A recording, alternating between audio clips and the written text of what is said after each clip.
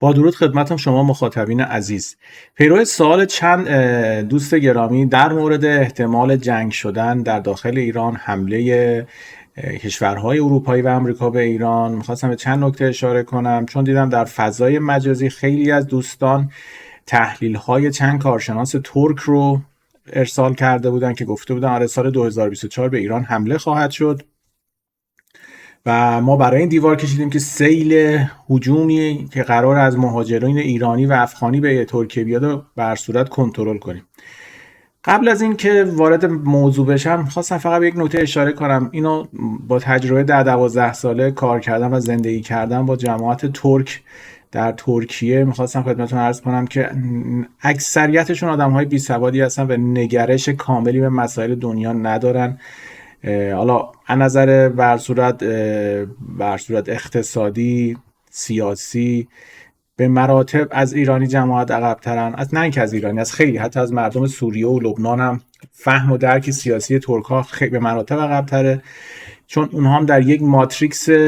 ملیگرایی اسیر شدن که فکر می‌کنن بهترین نسل و بهترین قوم هستن و به علت بر صورت دانش کمشون و اون ماتریکسی که در اسیر مدیای خودشون هستن و اون قلقمی که بعد از کودتای اردوغان در سال 2016 رخ داد و اکثر قشر متوسط و فریخته ترکیه رو یا زندانی کرد یا اخراج کرد یا به خارج از ترکیه فراری داد، کارشناسان ترک اکثرا فهم صحیحی از مسائل ترکیه ندارن و این یکی از نقطه های عطفی هستش که در ادامه بهش اشاره میکنم باعث تجزیه ترکیه خواهد شد، چون فهم صحیحی از این بازی ندارن. به این موضوع اشاره شدن که آمریکا به ایران حمله میکنه و جنگ میشه و این مسائل. من قبلا هم در این مورد اشاره کردم ایران قلب تپنده دنیاست. درست ما دل خوشی از جمهوری اسلامی نداریم، ولی بازی های جهانی به گونه‌ای هستش که احتمال جنگ در داخل ایران زیر 1% هستش. یعنی اون جنگی که فکر کنیم حمله شه و همه چی تخریب شه، نه، شاید یک جنگ کنترل شده برای یه سری از منافع لابی ها اختلاف بیفته که اون هم خیلی درصدش کمه. ولی این چیزی که این دوستان ترک در فضای مجازی منتشر میکنن که قرار نه، اصلا چنین اتفاقی قرار نیست بیفته. اون دیوارهای امنیتی که بین پاکستان و ایران مرز ترکیه و مرز پاکستان کشیده شده برای مصون ایرانه و چون ایران در آینده بسیار نزدیک نظر اقتصادی و توریستی پیشرفت خواهد کرد و این دیوارها بر اساس اون الگوریتم نظام سلطه جهانی کشیده شده. ما در چند موضوع اشاره کردیم که در سال 2030 بعد از 2030 حالا ما داریم تحلیل میکنیم، تاریخ نمیتونیم بگیم، ترکیه تجزیه خواهد شد و از دل ترکیه کردستان بیرون خواهد آمد و این تغییر و تحولاتی که در بودجه سنای آمریکا برای کردهای سوریه و کردهای عراق روش داره کار میشه و بودجه 2024 رو وقتی مشاهده میکنیم میبینیم که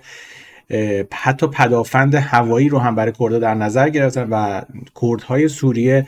اعلام کردن که به دنبال انتخابات مجزا از سوریه هستن. میبینیم که فشار ترک ها بیشتر شده و دارن تلاش میکنن و کردها رو در عراق و سوریه میکشن. این یک واقعیتی هستش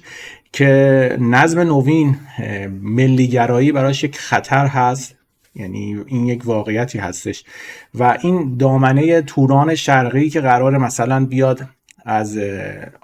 ترکیه، آذربایجان، ترکمنستان، قرقیزستان و این ترک تبارها رو به هم نزد کنه، یک کردستانی بیرون خواهد آمد که این راه رو برهم بزنه. ولی این کردستان شامل کردستان در داخل ایران نمیشه و این مرزی که ترکیه در این کشیده یکی از نشانه های این موضوع هستش و این موضوع رو حالا خیلی مونده تا اونجا برسیم، حتی شاید 6-7 سال دیگه، ولی این همیشه به عنوان یک سند در تاریخ ثبت خواهد شد و از دل ترکیه کردستان بیرون خواهد آمد که چون این بازی رو به هم بزنن. به هر صورت الان اگر آمار رو نگاه کنیم، اولین کشوری که مردمش آماده جنگ برای کشورشون هستن و ملیگرا هستن ترک‌ها هستن و بیش از 75%. بعد از اون فنلاند که اونم آوردنش جزو ناتو و این یک واقعیتی هستش که با اتفاقاتی که داریم، روندی که در ترکیه داره رخ میده، وضعیت اقتصادی ترکیه رو وقتی داریم میبینیم همه مهاجران و پناهنده ها دارن فرار میکنن. انقدر در ترکیه وضعیت اقتصادی وخیم شده، انقدر همه چیز گران شده، کسی اونجا زندگی نمیکنه. برای همین شرایط ترکیه شرایط استیبلی نیست و این دوپارچگی جامعه ترک بعد از انتخابات و اون به حال مشکلات اقتصادی که اردوغان به وجود آورد و این بازی که بانک مرکزی ترکیه شروع کرده و بر صورت تمام تولیدی های ترکیه رو داره ورشکست میکنه، یعنی با بالا بردن بهره بانکی به سالانه 50%، عملا اقتصاد ترکیه رو فلج کرده و تمام دارایی های ترک ها که طی یک دوران طلایی 12 ساله بعد از بهار عربی نصیبشون شده و داره در بانک ها به حال جذب میکنه. خیلی ها دیگر در ترکیه همونطوری که به حال ما از دوستان و آشنایان میشنویم کارخانه هاشون رو، تولیداتشون رو تعطیل کردن، بازار مسکن ترکیه کساد شده، بازار اتومبیل ترکیه کساد شده و همه پول ها را هجوم بردن به بانک ها و همزمان که پول ها در بانک ترکیه برای سود گذاشته میشه، ارزش لیر ترکیه کم پایین میاد. یعنی ما از انتخابات ترکیه تا به امروز وقتی آمار رو نگاه میکنیم، لیر از مثلا 19 تا به امروز به 30 تا رسیده. یعنی عملاً با جذب پولها ارزش واقعی لیر هر روز کم و کمتر میشه. برای همین یک توضیح بودش که بدانید وضعیت ترکیه به مراتب و وضعیت ایران بدتر هست. ترکیه یک سیاستی رو در پیش گرفته که به عنوان بوقلمون در جهان شناخته میشه، همون اسم ترکی که هست، و چون موضع مشخصی نداره، از اونور از اسرائیل با اسرائیل اعلام جنگ میکنه، ولی اونور باش مماشات میکنه و بدبستان سیاسی داره، از اونور با روس‌ها بدبستان داره، به اوکراین سلاح میده و به خاطر موقعیت استراتژیکش و به هر صورت جز عضو ناتو هستش دارن باهاش مماشات میکنن. و بعد از اینکه به هر صورت حالا این بحث خیلی گسترده میشه، من نمیخوام زیاد از این صحبت کنم، تحرکات انگلستان و امریکا رو داریم میبینیم که دارن تجهیز میکنن اروپای شرقی رو و دیگه بر سبب پیوستن ناتو فنلاند و سوئد به ناتو مقداری از نظر ترکیه از نظر استراتژیک اهمیتش رو از دست داده، ولی به هر صورت جز عضو ناتو هستش و پایگاه انجلیک ترکیه بمبای هسته‌ای امریکا هست و 1500 تا نیروی امریکایی در اونجا هست. موقعیت ژئوپلیتیکش باعث شده که باهاش فعلا دست و پنجه نرم کنن، ولی یواش یواش دارن کاری میکنن که جامعه ترکیه رو دوشقه کنن. میبینیم که خیلی از احزاب کرد رو در زندان کرده. حالا از رئیس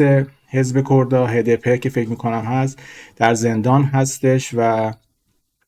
کینه‌ای که مردم کردستان ترکیه از ترک‌ها دارن هر روز بیشتر و بیشتر میشه. جنایت ترکیه در کشتن کردها و ارمنی‌ها به هر صورت میان این دو قوم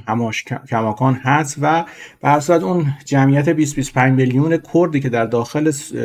ترکیه هست همیشه آبستن حوادث هست. برای همین به توجه نکنید به این مزخرفاتی که تحلیلگرای ترک میگن. گفتم ترک‌ها بینش صحیحی نسبت به مسائل دنیا ندارن، این یک واقعیتی هستش و اگر در ترکیه زندگی کرده باشید یا به هر صورت باهاشون بیزینس کرده باشید متوجه میشید که عملاً ترکیه یک پاپت غرب بود که طی 12 سال به خاطر مشکلاتی که در منطقه رخ داد، بهار عربی، مشکلاتی در داخل ایران، افغانستان، جنگ روسیه و خیلی از موهباتی که بر صورت غرب به ترکیه داد، باعث شده که اقتصاد ترکیه از سال 2010 تا 2020 یک جهشی داشته باشه و بیاد جزو 20 کشور. وگرنه زیرساخت‌های ترکیه به مراتب حتی از کشور ایران ضعیف‌تر هست و چون انرژی نداره و مواد خام نداره کماکان محتاج هست و همین الان هم خیلی در بازار عراق که به صورت ما به صورت کار میکنیم، خیلی از شرکت‌های تولیدی ترک یواش یواش دارن کمتر میشن چون دیگه توان رقابت ندارن و وضعیت ترکیه گفتم به مراتب بدتره. برای همین این ترک‌ها که میگن جنگ میخواد بشه در داخل ایران، هیچ به صورت تحلیل درستی از نظم نوین جهانی ندارن. ما گفتیم به چه دلیل در داخل ایران جنگ نمیشه. وقتی که میبینیم خطوط فیبر نوری جهانی، خطوط اینترنتی از داخل ایران عبور کرده، خطوط زمینیش، یعنی از بندر چارک، چابهار و بندر عباس ما خطوطی داریم که حتی از عربستان هم عبور نکنه، خطوط فیبر نوری که در زمین خوابانده شده و از ایران به آذربایجان، از اون برم به اروپا میره. برای همین اینها نشان دهنده این هستش که امنیت ایران قبلا تأمین شده، نه به واسطه جمهوری اسلامی. ما همیشه ایران رو به عنوان یک کاشی در نظم نوین جهانی میبینیم و نظام سلطه جهانی بازی چینی میکنه و بر اساس بازی هایی که داره اگر بخواد مهره ها رو جابجا میکنه. این یک توضیح کوتاهی بود در مورد این که میگن در داخل ایران جنگ میشه، میخوان حمله کنن و از این بر صورت اخبار زردی که پشتش هیچ گونه تحلیلی نیست و اگر قرار بود در داخل ایران جنگی رخ بده، واردات مثلا طلا طی 6 ماه گذشته به ایران معکوس میشد و خیلی از مسائلی هستش که در این برنامه نمی گنجه و در قبلا هم درباره‌اش صحبت کردیم. پس به کارشناسان سیاسی، حداقل تو عرصه سیاسی، به کارشناسان ترک اصلا گوش نکنید، چون ذاتاً فهم صحیحی از بازی‌های سیاسی ندارن.